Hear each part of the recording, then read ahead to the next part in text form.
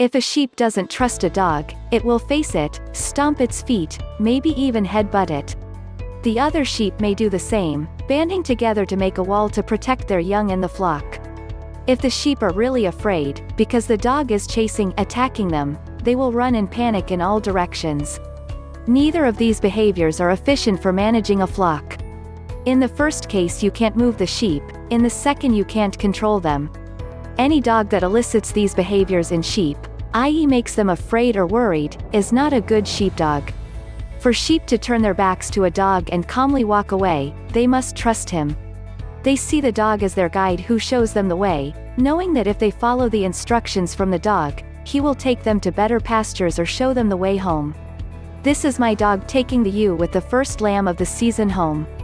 She had lambed in a faraway corner of the farm and I needed her to get back to the shed where I could keep her and her baby safe and cared for. Look at the trust she shows my dog, and how calmly and gently he takes her back.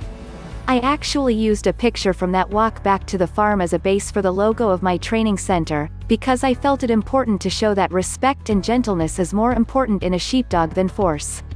Here is a daughter of that dog at a very young age showing the same gentle firmness that makes a whole flock of sheep many times her size respect her and calmly follow her instructions.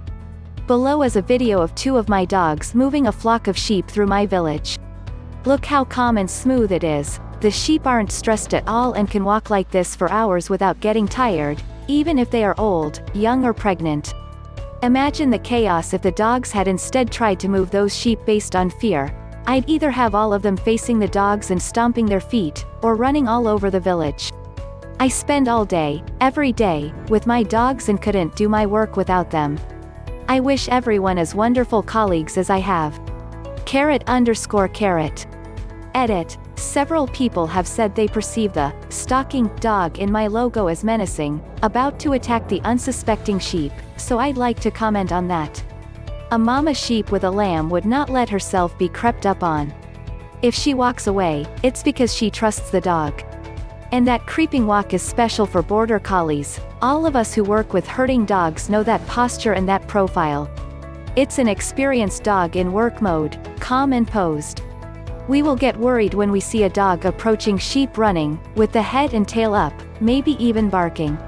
That indicates excitement and is never a good sign. Most dogs start out like that in their first contact with sheep as young, more playing, chasing than working, and it is not until they start approaching sheep like in my logo that we know they have started working with their heads and are becoming real sheepdogs. This is the logo of the International Sheepdog Society, showing that typical working posture, and any other sheepdog organization you find around the world will very likely have a logo including something similar. When our dogs work like that, they can make themselves smaller or bigger to put more or less pressure on the sheep even without ever touching them, depending on the situation. Many sheep, few sheep, old, young, moms with lambs, rams, wounded sheep, pregnant sheep. Rain, sun, hot, cold, inside, outside, field or street, mud or high grass or sand. We call it balance, and the best dogs have it naturally. The ability to put just the right amount of pressure so that that particular group of sheep in that particular situation advances but doesn't run. The sheep can walk all day like that without getting tired. If you see a dog working and the sheep are running, it's not a good dog. The sheep will get tired very quickly and are stressed unnecessarily. But if you see a young dog that already has the profile like my young bitch above the photo just under the logo, only a few months old but already cool-headed, patient, demanding respect although giving the sheep plenty of room, then you know you have something really, really promising in your hands. Less than 3. Below are some photos that I hope show what I mean.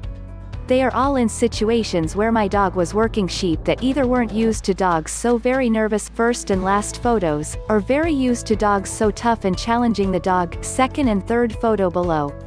As you can see, my dog approaches from very far, very calmly, slowly approaching step by step with the stance and intensity that is typical for a good sheepdog, communicating, "Ladies, hello. I'm Jim, I'll be your canine guide today. I will not hurt you, take your time if you need, but I have all day and am not going anywhere, so why not just get on our way, shall we? This way, please. Thank you."